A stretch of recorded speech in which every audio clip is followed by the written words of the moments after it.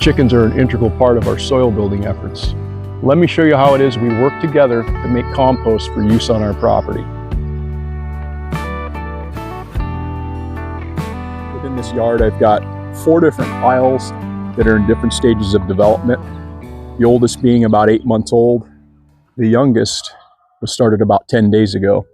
It's probably about 50% carbon, 50% nitrogen, but one of the things that I'll do is I'll add material like this. This is just mustard that I've incorporated into this pile. And what that's going to help do is to disincentivize these hens from working on this particular pile. As I've said before, this system is not a passive system. It requires a certain level of interaction on a daily basis that probably most people don't have the time to commit to. However, for me, I think it's a small price to pay to get some really high-end and high-quality compost. Prior to me letting these hens out, I like to go through and prepare these piles so that they're able to be directed in the appropriate way. Let me show you this pile over here, which is the oldest pile in the yard. I haven't looked at it actually for a while, so let me lift it up and take a look and see what's underneath this tarp. Yeah, this material's just been resting for quite some time. I didn't really want them to come through and tear through this pile. So I would say there's probably somewhere in the neighborhood of about a yard's worth of material in here that needs to be sifted, and then it can go out for use. But you know, as I dig down, you can see that there's some soil life right near the surface. These worms are in here just kind of doing their thing. One of the ways you can really assess kind of the quality and the stage of your compost is really the smell test. And you want to smell it and smell that, make sure that there's nothing in it that's anaerobic or that's off-putting. There's a tremendous amount of biota in here and things that they're going to derive some benefit from. So as I take an internal temperature of this pile,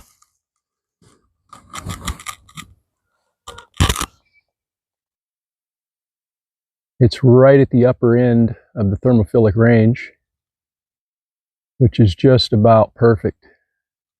This pile will continue to be hot again, and I will be discouraging the hens from ripping it apart because I want it to stay in that hot range for as long as possible. 4 to 5 weeks from now, this particular pile will look much like this pile here.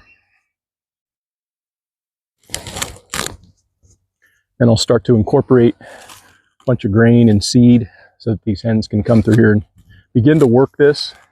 And as it matures and develops, it's going to start to get more soil life. Let me see if I can get a look-see in here.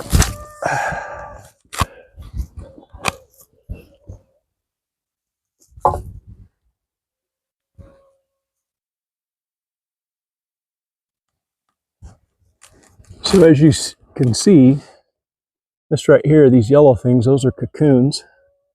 And within those cocoons are eggs that will hatch out and make more of these little beautiful soil creatures that are just amazing. They're leaving behind their worm castings. They're providing a source of protein for these hens. They are aerating the soil. And when I dig down in here and I get a good whiff of this soil, yeah, it smells very earthy, very clean. Yeah, and all of this is just beneath the surface. So as these hens decide to dig down a little bit further, they'll find caches and pockets of these worms, and those will be a tremendous food source for them. So for point of reference, yesterday this was mounded up, stacked, and then I incorporated a bunch of grain in it. This pile's about 4 months old. It's the largest that I have in here. There's probably 4 yards worth of material sitting right here. And this is also in a stage where I'm incorporating some seed and I'm beginning to tumble this down toward the exit chute. Every morning, as I utilize some of this grain to incorporate into those piles. And now this is some material that I wound up getting at a really good price. And I will put a link in the description to that particular video. But I'll take one or more of these and just sprinkle it about these piles.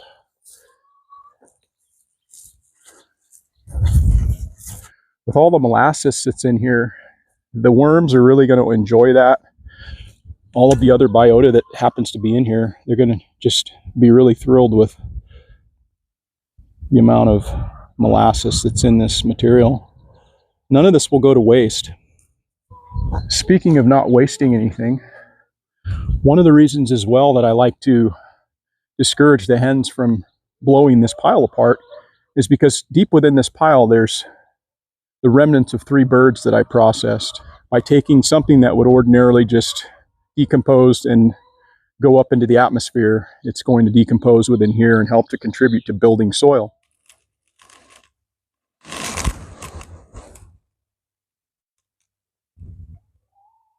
This pile originally started about 6 feet behind me, and I've been trending it downhill.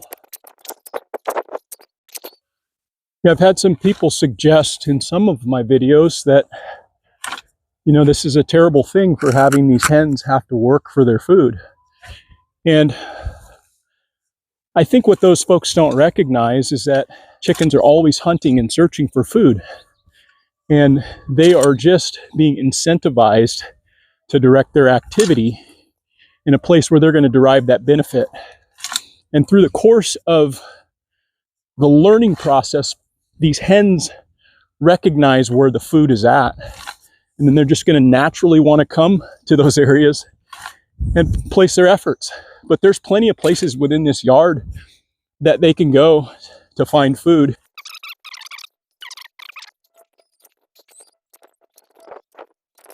That's what this pile will look like at the start of the day. And toward the end of the day, it'll be mostly flat. But they'll work in here all day, just doing what hens do, what chickens do, just searching and looking for food.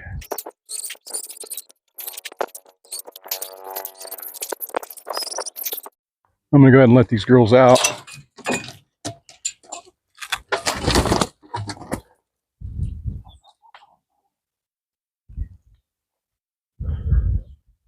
Yeah, these hens' activity really helps to improve the overall tilth of the compost.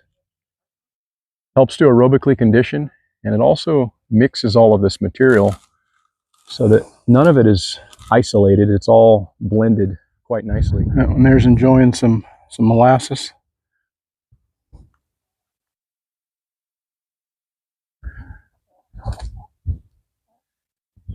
These piles will be flattened by the end of the day. Currently there's only 12 hens in this yard, and there will be another dozen coming in, but currently they're out on pasture. And I don't have any roosters in here at this point.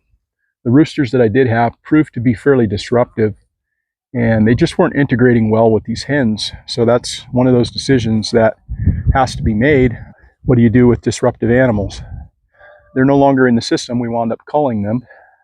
I do have 2 additional roosters that will be coming in, and we'll see how they fit in with the system. It's just a constant balance of observation and interaction. There are things that I did in this yard when I first started that I've had to since make adaptations to and to change. And that's just all part of the process where you learn as you go. They just found a pocket of that grain right in there. They're working it over. Another form of observation and interaction is a lot of times the systems that you build aren't necessarily meeting what your expectations were. And I wound up in a video showing where I moved this back to the original way that I had it. However, I was having a problem with a blue jay, and blue jays like eggs. So I couldn't have my eggs being exposed to a bird that was going to come in and peck all my eggs. So I wound up converting this back to a roll-away system, utilizing only 2 of my boxes. So these 2 boxes are closed. I might open that back up. If I get some broody hens, I may wind up having them and allowing them to brood in that particular space. But currently all I have is this roll-away system where I've tilted these boxes back up to angle, And then I've created a lid where the eggs go in, and they're protected from the blue jay that would come in and have access to them. Now look at this one. The old wrinkly egg.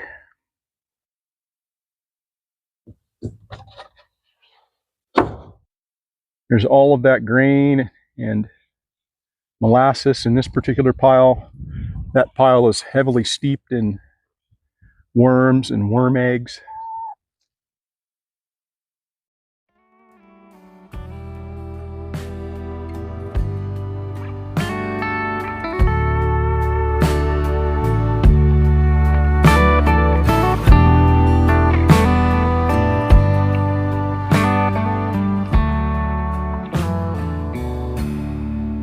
Well, this is the result of what these hens were able to do in here today. I got this pile pretty well broken down. I have nothing for you. You ready for bed?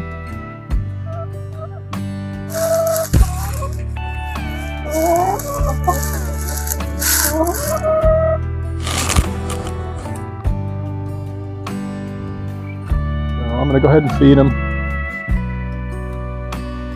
And we'll call it a day. Excuse me.